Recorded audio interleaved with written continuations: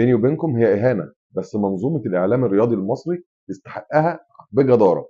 الكاف وجه أسوأ إهانة للإعلام الرياضي المصري إذا كانوا لسه بيحسوا. الكاف قرر إسناد نهائي دوري أبطال أفريقيا، قمة الكرة الأفريقية، إلى طاقم إخراج إسباني بعد المهزلة اللي شافها وشفناها كلنا في نقل مباراة الزمالك ونهضة بركان.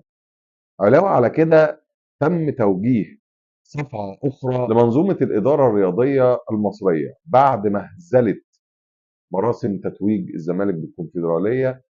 الكاف قرر يتدخل ويحدد فين وامتى وازاي ومين اللي يدخل ومين اللي ما يدخلش لمراسم تتويج بطل افريقيا.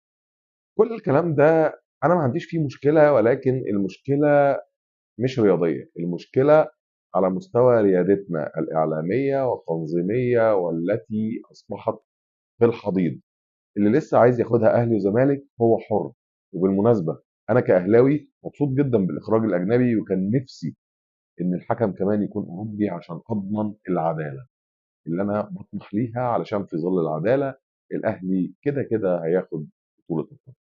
ولكن بعد اللي حصل انا قلقان واشك ان الكاف او مسؤولي الكاف او حكام افريقيا علشان يثبتوا انهم ما كانش ليهم يد في اللي حصل في نهائي الكونفدراليه. قالوها زمان، يعملوها الصغار ويقعوا فيها الكبار. سلام عليكم.